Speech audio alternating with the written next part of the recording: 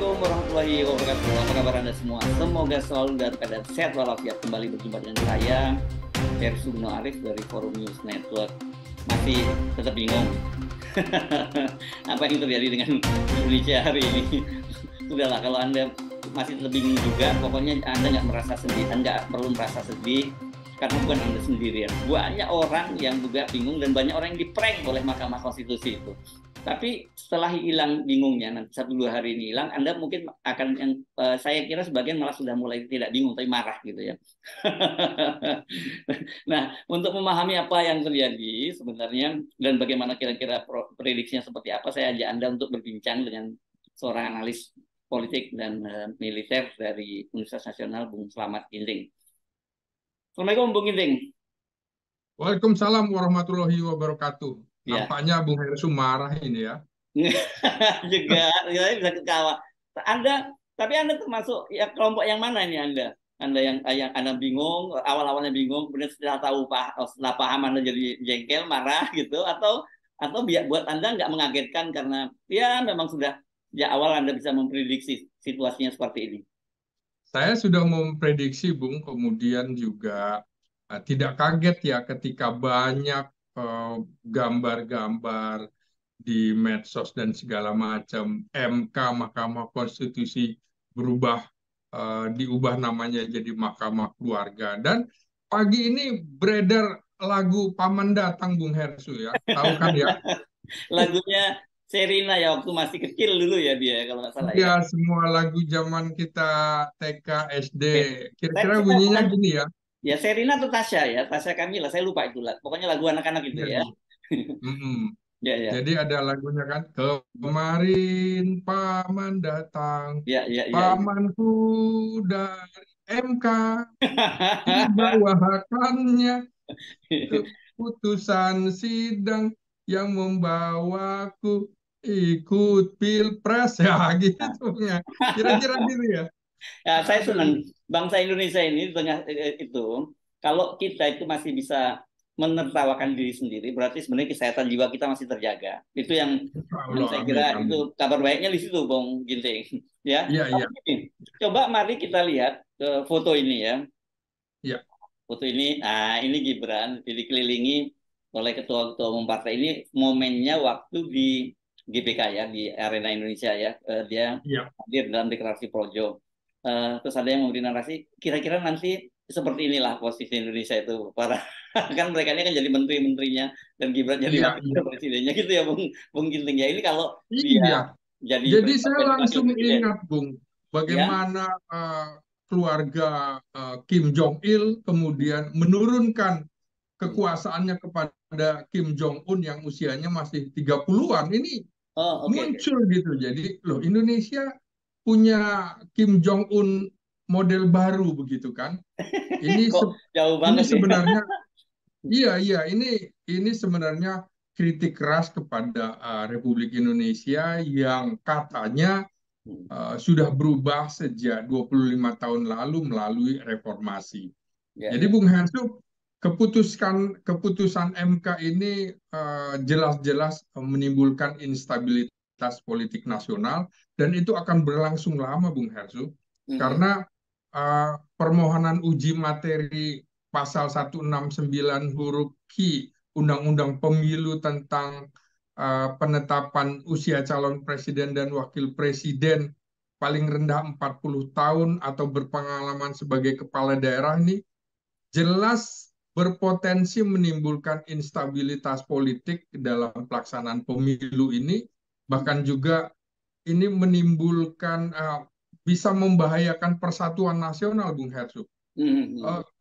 Gelombang protes saya kira akan terjadi dalam waktu yang cukup panjang karena ini keputusan kontroversi di mana Mahkamah Konstitusi ini dianggap melampaui batas kewenangannya karena undang-undang pemilu itu sebenarnya masalah politik, domain politik yang menjadi kewenangan DPR dan pemerintah sebagai pembuat undang-undang. Jadi Ya, ya, ya. keputusan MK ini membuat kegaduhan politik, Bung Hersu. Ya, bukannya bagus Kegaduhan nih, Bung politik Ginting. nasional. Bung Ya, Kitin, bukannya ini bagus kalau buat Pak Jokowi. Kalau kemudian situasi kacau seperti yang terjadi kemarin di Makassar udah mulai bakar-bakar dan itu meluas, kan berarti bisa diberlakukan situasi kondisi negara dalam keadaan darurat dan kemudian pemerintahan bisa diperpanjang kan begitu dong bisa dari sisi Pak Jokowinya. bisa juga kemudian ada tuntutan, Bung Hersu. Tuntutannya adalah pembubaran Mahkamah Konstitusi, kan Hmm. begitu. Bahkan bisa pemakzulan presiden. Oh Ini oke kan bisa berbahaya sebaliknya gitu sekali. ya. Ya Ya, ya jadi bisa adu cepat antara pemakzulan presiden kemudian juga melawan dekret presiden.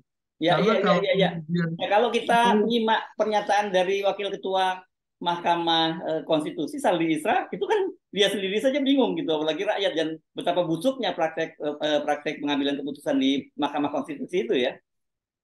ya, makanya menurut saya bukan tidak mungkin gelombang massa menuntut pembubaran Mahkamah Konstitusi ini akan terjadi karena Mhm. nyaris tidak ada bedanya. Mahkamah Konstitusi ini kan lahir di era reformasi yang tidak ada di era demokrasi terpimpin Soekarno dan juga Orde Baru Soeharto. Jadi ini dianggap menjadi perpanjangan tangan pemerintah dalam menuju otoritarianisme rejim ini. Ini membahayakan sekali dari buat kehidupan demokrasi di Indonesia, Bung Heru. Ya ya ya Jadi ya. ya Indonesia bisa ini seperti kita ke titik nol era reformasi, bahkan menjadi titik nadir menuju otoritarianisme gitu Bung Hersu. Ya, oke. Ya ya. Jadi Ya, iya ya. ini karena campur tangan kekuasaan ini tidak bisa dinafikan Bung Hersu. Jadi eh, konflik kepentingan politiknya sangat tinggi karena menyangkut nama besar keluarga Presiden Jokowi untuk bisa meloloskan putranya untuk mengikuti kontestasi pemilihan presiden 2024 karena amar putusannya kan untuk 2024 ya. Jadi publik juga sudah dapat membaca dengan kasat mata keputusan ini ditujukan untuk memuluskan Gibran supaya bisa mendapatkan tiket mendaftar Pilpres dalam dalam 2 hari 3 hari ini Bung Hersu 2 hari ini gitu ya. Jadi Mhm. uh, sangat disayangkan di akhir masa jabatannya Jokowi bisa dikenang sebagai presiden yang buruk karena melakukan politik dinasti. Kita tahu ada trio keluarganya Gibran, Raka Buming Raka, Kaisang Pangarep serta menantunya Bobi Nasution ini masuk ke tampuk kekuasaan dengan cara instan mengabaikan etika politik, rekrutmen politik, juga meritokrasi politik sudah dijebol. Dulu sebenarnya banyak uh, analis politik, analis hukum tata negara dan lain-lain mengingatkan ketika Gibran dan Bobi Nasution masuk untuk bisa mengikuti kontestasi pemilihan wali kota di Solo maupun di Medan itu kan betapa banyaknya kader-kader PDIP yang membangun partainya puluhan tahun dengan jiwa raga bahkan juga harta, tapi kemudian akhirnya hangus tidak bisa tampil karena lobi politik Presiden Jokowi Mhm. kepada Ketua Umum Megawati Soekarno Putri. Jadi PDIP juga mempunyai andil saham yang Ya. besar sehingga sekarang orang tergagap-gagap loh kok Gibran bisa seperti ini. Ya ya ya. PDIP juga saya kira juga uh, tidak memperhitungkan bahwa dampaknya akan seperti ini. Jadi kontradiksi ini akan menimbulkan kontraksi politik yang sangat kuat antara Jokowi uh, dengan PDIP, Bung Hersu. Ya, ya, ya. Saya ingat betul itu ketika Gibran mau maju sebagai wali kota Solo itu kan pada waktu itu sebenarnya Solo DPC PDIP Solo kan sudah memutuskan Purnomo ya Pak Purnomo yang akan Iya, maju iya. jadi dan kemudian Pak Purnomo dipanggil ke istana oleh Pak Jokowi rupanya Pak Jokowi sudah bertemu dengan Ibu Megawati dan diberitahu bahwa dia yang akan dapat mandat, yang dapat mandat dari PDIP itu adalah Gibran. Sementara Pak Purnomo pada waktu itu kan ditawari jabatan gitu oleh Pak Jokowi, dan dia menolak. Saya nggak tahu di mana posisinya Pak Purnomo itu sekarang gitu. Dan Nah, dia itu dia. mungkin kalau lihat situasi sekarang dia hanya senyum-senyum saja itu. Ya, ya. Kita kita bedah aja, Bung. Bagaimana ini betul-betul pertarungan politik di dalam Mahkamah Konstitusi dalam dalam memutuskan kemarin. Kita lihat misalnya Anwar Usman setuju semua kepala daerah bisa jadi capres Hmm. meski belum 40 tahun. Ya, Kemudian Hakim Guntur Hamzah itu ya. setuju juga semua kepala daerah bisa jadi capres meski belum 40 tahun. Hmm. Lalu ada Manahan Sitompul, setuju semua kepala daerah bisa jadi capres meski belum 40 tahun. Nah, Hmm. ini tiga orang ini sama ini Bung ya Ya. keputusannya. Hmm. Tapi ada keputusan lain, misalnya Eni Nurbaningsih setuju gubernur bisa jadi Hmm. capres meski belum 40 tahun. Jadi gubernur dia, Bung, bukan Ya, kepala daerah, oke. bukan? Iya, setuju gubernur bisa jadi capres meski belum 40 tahun. Ini sama dengan Daniel Yusmik, setuju gubernur bisa jadi capres meski belum 40 tahun. Nah, bagaimana dengan Wahidudin Adams? Menolak. Saldi Isra juga menolak. Kemudian pernyataan Saldi Isra adalah eh, saya sangat sangat cemas gitu ya. MK justru terjebak dirinya sendiri dalam pusaran politik praktis yang pada akhirnya meruntuhkan Mahkamah Konstitusi. Kemudian juga pernyataan Arif Hidayat menyatakan gugatan seharusnya tidak diterima karena penggugat telah mencabut gugatan dan Ya. belakangan dibatalkan. Hmm. Ya. Kemudian Arif menyatakan pemohon telah mempermainkan marwah lembaga peradilan dan tidak serius dalam mengajukan permohonan. Kemudian Suhartoyo juga menyatakan gugatan seharusnya tidak diterima. Nah, kalau kita lihat formasi ini, Bung Hersu, berdasarkan amar putusan, redaksinya adalah ketentuan pasal 169 huruf Q Undang-Undang Pemilu berubah menjadi berusia 40 tahun atau pernah sedang menduduki jabatan yang dipilih melalui pemilihan umum termasuk pemilihan kepala daerah. Nah, mari kita cermati Bung Hersu. Secara detail, keputusan itu terdapat persoalan yang mendasar ya. Persoalannya adalah amar putusan berusia paling rendah 40 tahun atau pernah sedang menduduki jabatan yang dipilih melalui pemilihan umum termasuk kepala daerah. Nah, terhadap amar putusan ini ada 4 hakim konstitusi yang menyatakan dissenting opinion atau pendapat berbeda dengan menyatakan menolak permohonan tersebut, terdiri dari Wahidudin Adams, Saldi Isra, Arif Hidayat, dan Suhartoyo. Selain itu, terdapat 2 hakim yang putusannya memiliki concurring opinion atau alasan berbeda, yaitu Eni Nurbaningsih dan Daniel Yusmik. Sehingga kalau kita lihat formasinya, pendapat 2 hakim konstitusi yang terakhir itu sejatinya kedua kedua hakim itu juga menyampaikan dissenting opinion, sebab kedua hakim itu memiliki pendapat berbeda soal amar putusan. Sehingga kalau kita lihat lagi eh, pernyataan hakim konstitusi Eni Nurbaningsih itu, eh, amar putusannya berusia paling rendah 40 tahun atau berpengalaman sebagai gubernur yang Hmm. yang persyaratannya ditentukan oleh pembentuk undang-undang diserahkan kepada Hmm. DPR dan pemerintah. Jadi katanya gubernur bukan kepala daerah.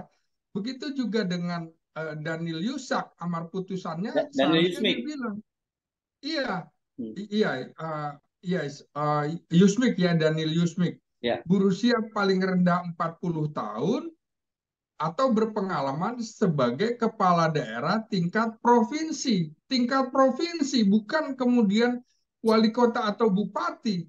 Jadi sejatinya hanya ada 3 orang hakim konstitusi yang setuju dengan amar keputusan melawan 6 hakim konstitusi yang memiliki pendapat berbeda berkaitan dengan amar putusan. Karena itu menurut saya putusan MK ini tidak mengabulkan petitum pemohon, melainkan menolak pemohon gitu. Ini aneh gitu menurut saya.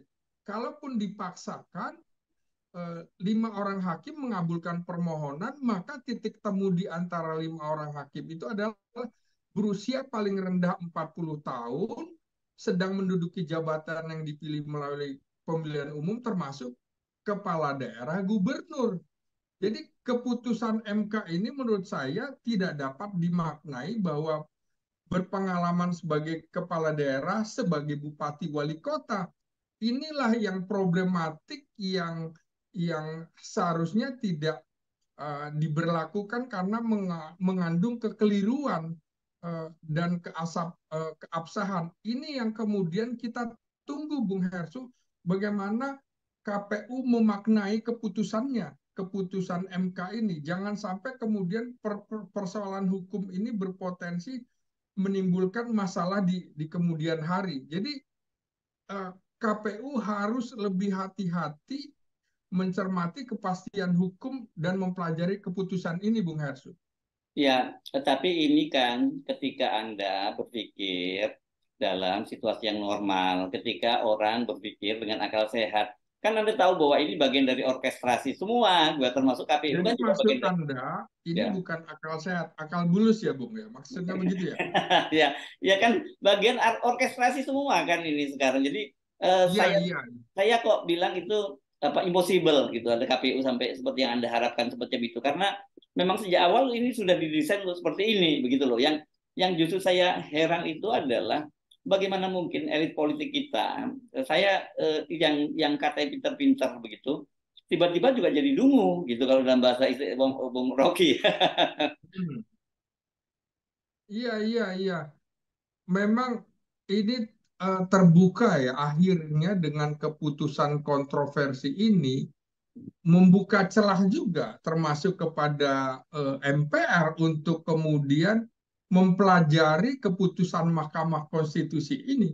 Karena ini yang menjadi masalah adalah keputusan diambil menjelang pendaftaran Pilpres, Bung Hersu ya. Ya. Jadi sehingga eh, publik terkecoh bahwa Gibran ini terbuka peluangnya untuk menjadi eh, cawapres atau bahkan capres, Bung Hersu. Apakah kemudian orang berpikir Gibran ini akan menjadi cawapres, jangan-jangan bahkan menjadi capres, Bung Hersu? Iya, iya, iya, iya. Secara Nah, secara keputusan Mahkamah Konstitusi memungkinkan dia jadi capres gitu ya. memungkinkan. Nah, jadi kita lihat bahwa skenario orkestrasi politik yang dipimpin aktor politik eh, paling mutakhir di Indonesia ini menjadi kelihatan sekali ada kerakusan yang dibangun untuk kemudian me, uh, memformalkan dinasti politik. Ini berbahaya sekali, Bung Hersu. Tapi yang menjadi pertanyaan, apakah kemudian sudah pasti bahwa Gibran akan berpasangan dengan Prabowo? Belum tentu juga, Bung Hersu. Karena kita lihat Iya, sebenarnya, iya, ini sebenarnya etika politik dan meritokrasi politik ini berlaku nggak sih di Indonesia?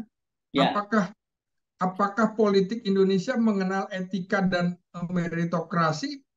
Ini menjadi pertanyaan selanjutnya. ya, Katakanlah misalnya koalisi Indonesia Maju akan mengajukan Prabowo Gibran. Lalu kita tahu Gibran mewakili partai mana? Karena PDIP menyatakan akan memanggil Gibran karena dia kader PDIP dan apakah kemudian PDIP mengizinkan atau tidak mengizinkan. mhm. Jika tidak mengizinkan, kemudian Gibran posisinya di mana? Kita tahu hari ini, Bung Hersu, dari sepanjang subuh, Gibran katanya isunya akan masuk dengan bendera Partai Golkar, Bung Hersu. Betul, betul. Dan sudah ada tawaran juga dari Partai Golkar. Saya baca statement dari Ya, pengurus Partai Golkar. Ya, ini kan sama dengan kemarin, apabila misalnya pilihannya Khofifah, maka Khofifah juga akan dilamar menjadi wakil ketua umum Partai Golkar seperti juga Gibran saat ini. Nah, apakah kemudian kalau itu terjadi, pasangan Prabowo juga dengan Gibran ini akan menang?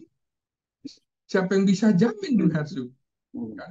Tidak ada yang bisa menjamin. Nah, persoalannya adalah apakah KPU akan mendukung pasangan itu dalam pengertian eh, mau atau bersikap tidak adil, kemudian termasuk penguasa dengan segala perangkat instrumen politiknya, dari pertahanan keamanan, dari sisi hukum, dan ini kita kemudian dihadapkan pada logika akal sehat kita.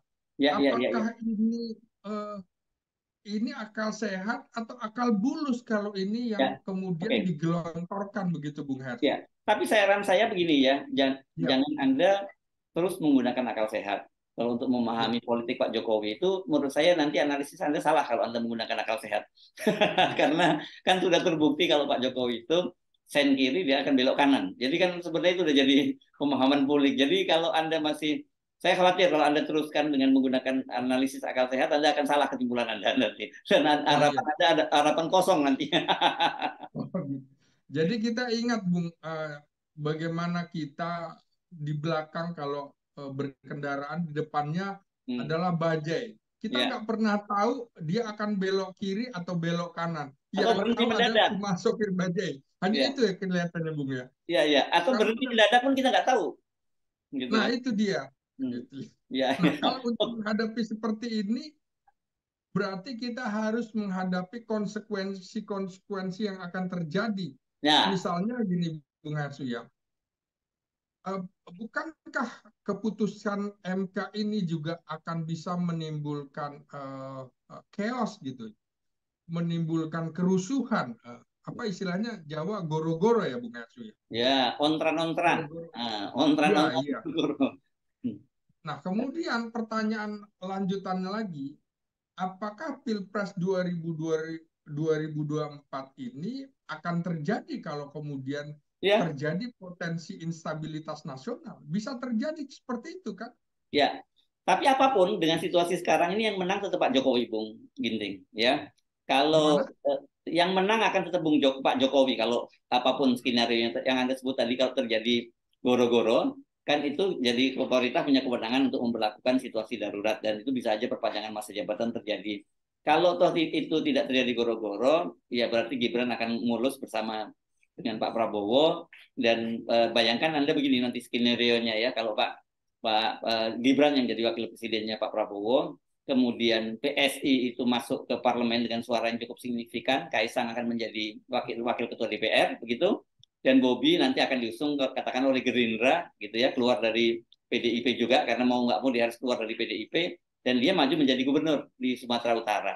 Saya kira itu yang mesti yang saya mohon Anda membayangkannya seperti itu, jangan pakai akal sehat Anda. Oh gitu. Oke, kalau kayak gitu, mari kita membayangkan peristiwa 2019 Arab Spring, Bung Hersu. Oke. Jadi Ben Ali dari Tunisia Mhm. tumbang, kemudian itu menjalar ke Mesir. Mhm. Mesir itu Presiden Jenderal Husni Mubarak sudah mempersiapkan Gamal Mubarak itu. Ya, Hanya 2 bulan menjelang pemilu, Bung Hersu. ya betul. Semua rakyat menduga bahwa penggantinya adalah Gamal Mubarak. Tapi ternyata ada demo besar-besaran di Mesir selama 18 minggu, Mhm. maka kemudian tumbang Presiden Husni Mubarak dan Husni Mubarak serta Gamal Mubarak dijebloskan ke penjara. Apakah kita ingin kejadian seperti itu terjadi di Indonesia, Bung Hersu? Mhm. Mhm. Oke. Nah, ini berbahaya. Artinya orang boleh berskenario, tapi juga Tuhan punya skenario kalau kemudian sudah melampaui batas-batas kelaziman, batas-batas akal sehat yang seperti Anda kemukakan, Bung Hersu. Taruhlah misalnya eh, eh, bagaimana kalau kemudian pemilu dibatalkan? Kita tahu Bung Hersu ada pengalaman ketika Presiden Soeharto pemilu 1997 diulang melalui pemilu 1999. Ini juga sangat mungkin karena rakyat bisa kemudian menuntut diadakannya uh, pilpres ulang. Mungkin nggak Bung Hersu? Ya, semuanya mungkin. Tapi mari gini, Mungkin. ya, mari oke, itu kemungkinan seperti apa yang terjadi di Mesir sangat mungkin juga gitu ya. Dan Ya, kemudian, tapi mari kita bayangkan yang linear dulu ya. Saya ya, membayangkan katakanlah Pak Prabowo, meskipun kita masih terus mengimbau gitu, karena menurut saya apa ya, apa yang dipikirkan oleh Pak Prabowo gitu, kalau dia kemudian berpasangan dengan Gibran. Padahal kan Pak Prabowo selalu narasinya ingin membuat bangsa Indonesia jaya di mata dunia dan sebagainya. Tapi dengan partner seperti itu kan kita bisa membayangkan seperti apa. Mohon maaf, bukan kita mau merendahkan Gibran, tapi realitasnya dia ini kan baru jadi wali kota dan belum satu periode. Sebelumnya tidak punya pengalaman politik apapun. Katakanlah misalnya dulu, Anda kan sering, kita tentu pasti ingat ketika ke Agus Harimurti Yudhoyono mau mencalonkan diri ngotot menjadi calon wakil presiden, kan banyak orang yang sinis karena nganggap dia itu mayor, masih berpangkat mayor, kan begitu ya, tidak punya pengalaman di pemerintahan. Padahal kalau kita lihat dari sisi pendidikan kan ini anak yang sangat cerdas. ya. AAH itu sejak Taruna Nusantara, Akmil dan sebagainya dia terlalu terbaik. Kampus-kampusnya kemudian di luar negeri juga terbaik. Tapi orang pun juga tetap mempersoalkan. Bayangkan dengan Gibran yang saya tidak tahu kampusnya di Singapura kampus apa gitu, tapi saya kira mungkin bukan kampus top di Singapura, tapi kalau saya salah mohon dikoreksi. Kan kalau di Singapura kita kenal ada Nanyang Hmm. University atau NUS National University of Singapore atau apa gitu. Saya nggak tahu apakah Gibran salah satu kampus itu atau ada kampus lainnya yang top. Nah, dari situ saja kan orang bisa membandingkan juga gitu. Nah, tiba-tiba dia nanti harus sebagai wakil presiden dia membawahi Menhan mau juga mengkoordinasikan ke Panglima TNI, ke Kapolri dan sebagainya, dia jadi atasan mereka. Itu Anda bisa bayangkan. Sudah dibayangkan, Bung. Bahkan begini, Bung Hersu, gini ya, eh, kalau kita lihat dari sisi usia, Prabowo saat ini berusia 72 tahun. Pada Ya, Oktober hari di ini ya, tanggal 17 kemarin, ulang 17 hari ini, nanti, ya, hari hari ini ini ya, kan. ulang tahun. Nah, Hmm, selamat ulang tahun Pak Prabowo ya. hmm, Kemudian berarti kalau dia menang dalam Pilpres, kita belum tahu ya keputusan. Andai menang, maka usianya 73 tahun, tahun depan. hmm, Ini usia yang jauh lebih tua daripada Donald Trump, Presiden Amerika. hmm. Hampir setara dengan Joe Biden. Nah, Joe Biden ini sekarang pun mendapat julukan Presiden Sleepy. Jadi presiden yang suka tidur dan uh, sedang acara kemudian jalan sendiri lupa juga kalau ya, dia dan dia juga slip of membawa tongue juga istrinya. ya, slip juga karena sering omongannya juga sering salah. Nah, kalau kita kita jujur melihat kondisi Prabowo yang sekarang berbeda dengan 5-10 tahun yang lalu, Bung Hersu. Hmm, Bahkan kita tahu kemudian beberapa kali dikabarkan mengalami stroke dan lain-lain. Kita nggak tahu ya. Kemudian bicara ini, Bung, seharusnya kan wakil presiden itu kemampuannya setara dengan presiden. Kenapa? Karena bisa saja presiden mangkat. hmm, Kita tidak mendoakan ya, tapi segala kemungkinan bisa terjadi. hmm. Usia 73 tahun. Kalau kemudian terjadi apa-apa eh, dengan Prabowo, maka Indonesia akan dipimpin oleh Gibran yang minim prestasi. Ya, makanya seperti saya bilang, loh ini kita dihadapkan pada Kim Jong Un model Indonesia. Hmm. Berbahaya sekali Bung Hersu kalau ini sampai terjadi. Kemudian menjadi pertanyaan juga apakah kemudian Prabowo tidak membaca kemungkinan-kemungkinan itu di tengah jalan diganti oleh Gibran wakil presiden menjadi presiden. Saya kira juga mungkin ada hitung-hitungan dari Prabowo, tapi publik membacanya Prabowo tidak begitu peduli, yang penting dia menang Pilpres. Iya. setelah 4 kali mengalami kegagalan dalam Pilpres. Satunya lagi, Bung Hersu, yang di awal saya kemukakan, kontraksi politik antara Jokowi, keluarga Jokowi dengan PDIP ini akan luar biasa, menjadi konflik politik yang sangat keras. Ya, Bukan ya. tidak mungkin kalau kemudian PDIP akan menarik seluruh menterinya, Bung. Hmm. Kita tahu PDIP sesungguhnya sudah menarik ini Gubernur Lemhanas, Andi Hmm. Wijayanto kan sudah mundur, Bung Hersu, Hmm. karena masuk dalam tim Hmm. pemenangan Ganjar. Hmm. Bukan tidak mungkin yang lain ditarik. Hmm. Inilah yang seperti saya bilang akan menimbulkan instabilitas politik nasional yang memperkeruh suasana demokrasi di Indonesia. Dan ini gejala ini akan kita lihat nanti pergantian pimpinan TNI Polri juga untuk mendukung apa yang diinginkan Presiden Jokowi. Ini berbahaya sekali kalau apalagi pemanggilan Gibran oleh PDIP, apakah kemudian Megawati berani memecat Presiden Jokowi dan Gibran setelah kemarin hanya hanya semacam unek-unek saja? Apakah hanya sekedar unek-unek saja untuk keputusan sekarang? Saya kira sangat mungkin terjadi keputusan memecat keluarga Jokowi dari Partai Banteng Moncong Putih ini, Bung Hersu. Ya, Ini ya. suasana ini sangat mencekam menurut saya, Bung Hersu. Ini tidak main-main persoalannya. Ya, ya. Ada harga diri Megawati. Kita tahu Megawati itu kalah dalam Pilpres itu sudah biasa, dan Hmm. 3 kali kekalahan. Pertama melawan Gus Dur di MPR, kedua kali lawan SBY melalui pemilihan presiden secara langsung. Bagi dia nggak apa-apa, yang penting marwahnya. Hmm. Antara lain berani bersikap menjadi oposisi.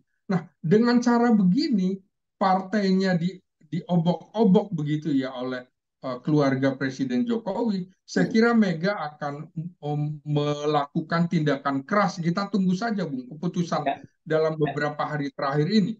Ya. Saya memang membayangkan begini ya, dengan Pak SBY saja yang dianggap mengkhianati, walaupun sebenarnya oke lah itu debatable ya soal mengkhianati atau tidak, itu saja sampai sekarang itu belum pulih hubungan itu ya, dan kayaknya mungkin nggak akan pulih gitu ya, apalagi dengan Ya, Jokowi yang itu jauh lebih parah karena ini kan orang yang dibesarkan sejak dari Solo gitu sampai ke Jakarta dan jadi presiden 2 periode. Saya kira pasti akan lebih parah dari itu. Tapi saya kemarin melihat Ibu Megawati menyampaikan sambutan dalam sebuah acara, kelihatannya Ibu Megawati sangat mampu mengendalikan emosinya dan sama sekali tidak mengucapkan apa-apa, hanya nyindir-nyindir saja gitu ya. itu di panggung depan, Bung Hersu. Panggung depan ya. Panggung depan, tapi panggung politik belakang, apa yang bergejolak dalam hatinya, apa yang terjadi kan kita lihat juga. Bagaimana Gibran tidak hadir kemarin ketika Megawati ada di Solo. Apakah ini Tidak bukan tidak bentuk Solo, Ibu semacam, Megawati tidak Solo, tapi virtual. Ibu Megawati menyampaikan sambutan ketika kantor BPC ya, peresmian ya. iya, iya, iya, iya, Ibu BPKT iya, tidak hadir di Solo, tapi Ibu Megawati yang meresmikan, gitu. iya, betul. Ini kan menjadi menarik bahwa, loh kok teman-teman PDIP sendiri mengatakan, loh kok anak ingusan ini sekarang sudah jumawa gitu kan. Ya, ya, ya, ya. Berbahaya. Apa yang dikemukakan oleh politikus senior PDIP, Pandana Baban, anak ingusan ini sekarang sudah berani menjawab kan begitu, Bung Hersu. Ini sudah kelihatan betapa tidak bisa ditutupinya konflik antara PDIP dengan keluarga Jokowi, sudah tidak bisa ditutupi lagi, Bu. Komunikasi politik yang dibangun sudah dalam tanda petik sudah rusak. Eh, Komunikasi interpersonalnya tidak terjadi gitu. Ya, oke. Bahkan kemudian ini kan bisa saja, Bung, Jokowi mengutus Kaisang untuk bertemu Megawati dalam pengertian sama-sama ketua umum. Ini yang membuat saya kira PDIP akan marah sekali dengan komposisi-komposisi yang terjadi di luar perkiraan mereka, begitu, Bung. Oke. Oke, ini dari sisi Megawati. Sekarang dari sisi koalisi Indonesia Maju ya. Saya ingin menyoroti nggak usah Golkar karena Golkar mungkin tadi seperti Anda sebut dia bisa pertimbangannya pragmatis. Oke, Ya, dukung Kaisang, dukung Gibran, tapi dengan syarat dia jadi kader kader Golkar. Jadi dia dapat juga lah begitu ya. ya. Bagaimana dengan posisi Pak Prabowo tadi yang Anda sebut tadi ya sebagai seorang jenderal senior yang dia tahu hierarki di kemiliteran dan biasanya orang untuk mencapai jenjang tertentu itu harus melalui apa merit sistemnya, tour of duty-nya juga yang panjang. Yang juga yang saya pikirkan itu bagaimana posisi Pak SBY dan AHY yang dia bela-belain keluar dari koalisi perubahan gitu kemudian tiba-tiba dia gabung di sini sudah oke, dia telan dulu soal bahwa ini akan bagian koalisi yang melanjutkan kepemimpinan Pak Jokowi. Tapi tiba-tiba dia harus mendukung juga putra Pak Jokowi menjadi calon wakil presidennya. Ya, saya kira salah satu pesannya adalah para jenderal-jenderal yang pernah terjun dalam politik, termasuk Jenderal Purnawirawan Muldoko, silahkan belajar pada Kaisang bagaimana caranya bisa memimpin, menjadi ketua umum partai tanpa berlama-lama, cukup Hmm. 2 hari aja. Muldoko kan melalui cara Hmm. kudeta dan segala macam tidak Hmm. berhasil. Sama Hmm. dengan eh, Jokowi ingin menunjukkan bahwa keluarganya lebih daripada presiden-presiden sebelumnya. Hmm. Misalnya Megawati menjadi wakil presiden dalam usia 50-an, begitu ya, hampir 50 ya sekitar itu ya.